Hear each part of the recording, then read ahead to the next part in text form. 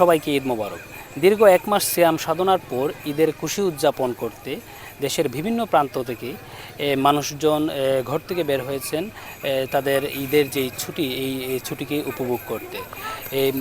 আর এই ঈদের আনন্দকে আরও রঙিন করে তুলতে সুনামগঞ্জের এই প্রাকৃতিক লীলাভূমি এই সুনামগঞ্জ তাহিরপুরের এই শিমুল বাগানে দর্শনার্থীরা ভিড় করেছেন। আমার ঠিক পিছনে দেখতে পাচ্ছেন এখানে যারা দেশের বিভিন্ন প্রান্ত থেকে দর্শনার্থীরা ঘোরার জন্য আসছেন তাদের বিনোদনের জন্য অনেক ধরনের ব্যবস্থা করে রাখা হয়েছে এই শিমুল বাগানের ভিতরেই। এখানে নাগরদোলা আছে, সকল বয়সের মানুষ কিন্তু এই নাগরদোলায় উঠছেন এবং রং বেরঙের অনেক ধরনের ঘোড়া আছে। এই ঘোড়ায় চড়ে কিন্তু ওই শিমুল বাগানের যেই বিশাল যে এরিয়া এই এরিয়া ঘুরে ঘুরে কিন্তু তারা দেখছেন। এরই পাশাপাশি অনেকেই ছবি তোলায় ব্যস্ত আছেন, অনেক বাচ্চারা কিন্তু পরিবারের সাথে আসছে এবং তারা বিভিন্ন ঘোড়ায় চড়ে তারা এই ঈদের আনন্দ উপভোগ করছেন। আমরা যদি এখন কথা বলি, এখানে ছোট্ট বাবুরা আসছেন, তারা তাদের পরিবার পরিজনদের নিয়ে। বাবু, তোমার কেমন লাগছে এখানে এসে? বলো কেমন লাগতেছে, বলো। ভালো লাগছে। আচ্ছা, আমরা এই আরেকটা বাবুর সাথে কথা বলি। তোমার কেমন লাগছে এখানে? অনেক ভালো। তোমার নাম কি? সারা। তুমি কোথা থেকে আসছো? আমি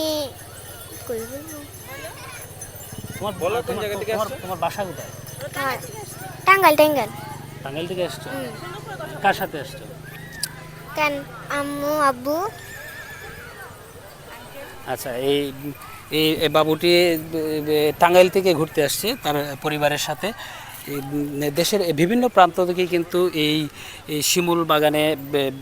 শিমুল বাগানের যেই সৌন্দর্য এটি উপভোগ করার জন্য ঈদের ছুটিতে মানুষ এইখানে আসে।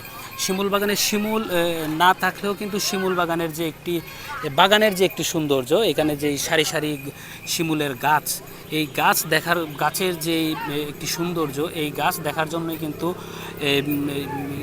দেশের বিভিন্ন প্রান্ত থেকে মানুষ এই শিমুল বাগানে ঘুরতে আসে। এখানে সকল শ্রেণী পেশার মানুষ, সকল ধর্মের মানুষ কিন্তু এই শিমুল বাগানে ঈদের ছুটিতে, বিশেষ করে এই শিমুল বাগানে সুনামগঞ্জের সবচেয়ে বড় পর্যটন যেটিকে বলা হয় এই শিমুল বাগান দেখার জন্য মানুষ প্রতি বছরই বিভিন্ন সরকারি ছুটি, সরকারি সকল ধর্মের যেই ছুটিগুলো থাকে এই ছুটিগুলাই কিন্তু এই শিমুল বাগানেই কিন্তু ঘোরার জন্য মানুষ জড়ো হয় এখানে। এই ছিল আমার কাছে সুনামগঞ্জ শিমুল বাগান থেকে সবশেষ তথ্য।